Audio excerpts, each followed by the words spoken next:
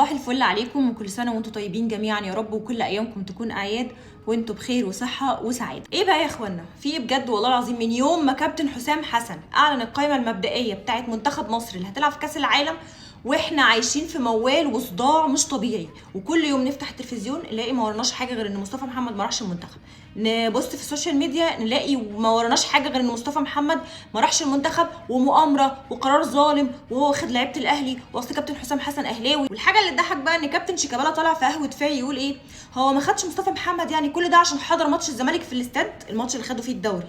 انت بجد مصدق نفسك؟ انت ازاي بتقول كده؟ ما هو الواحد هيستغرب ليه من جمهور الزمالك ان هو بيردد كلام هري في هري. اذا كان واحد اهو المفروض كان كابتن من كباتن نادي الزمالك ومفروض رمز من رموز نادي الزمالك بيعتبروه حاجه يعني كبيره، طالع يقول على التلفزيون كده، الجمهور هيقول ايه؟ يعني قبل المحاكمات اللي انت عاملها الكابتن حسام حسن عشان ما خدش مصطفى محمد، هل انت عارف مصطفى محمد عمل ايه مع المنتخب في اخر فتره؟ في تصفيات كاس الامم عمل ايه؟ في الكام مشاركه اللي شاركهم؟ 0 اهداف. في الكام مشاركه اللي شاركهم في تصفيات كاس العالم؟ برضه 0 اهداف.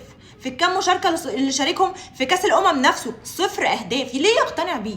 وليه ما يديش واحد متالق دلوقتي حاليا في برشلونه ليه ما يديلوش فرصه زي واحد زي حمزه عبد الكريم؟ ليه واحد زي اقطاي كان متالق في الدوري ما ياخدش فرصه؟ ليه مصطفى محمد؟ يعني ساعه كاس العالم في 2018 لما كابتن اسامه نبيه الزملكاوي حصل خلاف شخصي بينه وبين كابتن حسام غالي، راح ساعتها سخن كوبر عليه وقال له ما تاخدوش معاك الكاس العالم ولا تحطه في القايمه ولا اي حاجه، وما خدوش فعلا، مع ان دي كانت اخر فرصه كان هيشارك فيها كابتن حسام غالي. وانت بقى بتحب كابتن حسام غالي او ما بتحبوش، في النهايه هو كان لعيب راجل جوه الملعب وكان كابتنه. معلش يعني معلش، ليه بقى الاهلاويه ما زعلوش قوي كده وطلعوا يدعوا على المنتخب زي ما انتوا بتدعوا على المنتخب؟ انا مش قادره اتخيل انتوا ازاي بتدعوا على المنتخب، منتخب بلدكو مصر، بتدعوا على المنتخب لمجرد ان هو ما خدش لاعب. هو الموضوع ليه متشخصن قوي كده اهلي وزمالك؟ ايه يا جدعان ده بجد؟ انا ما شفتش كده والله. احنا كلنا المفروض نبقى ايد واحده مع المنتخب، ولا اهلي ولا زمالك. وليه ساعتها انتوا ما اتكلمتوش؟ ولا هو عشان كابتن اسامه نبيه زملكاوي فعلى هواكم الموضوع؟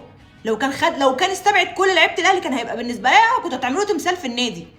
مش متخيله بجد ايه اللي انتوا فيه ده، الغل اللي انتوا فيه ده، حتى مع المنتخب بتغلوا من الاهلي بطريقه بشعه. كل الدعم للكابتن حسام حسن وكل الدعم للاعيبه المنتخب، وان شاء الله يا رب باذن الله يقدموا كره كويسه تليق باسم مصر، وباذن الله يرفعوا راس مصر، وربنا يهديكم، ربنا يهديكم بجد والله العظيم، وتشيلوا الاهلي من دماغكم شويه. واقول لكم على اقتراح احسن والله العظيم، افرحوا بالدوري بتاعكم واعملوا الافراح بتاعتكم على الدوري، وما تتفرجوش على المنتخب.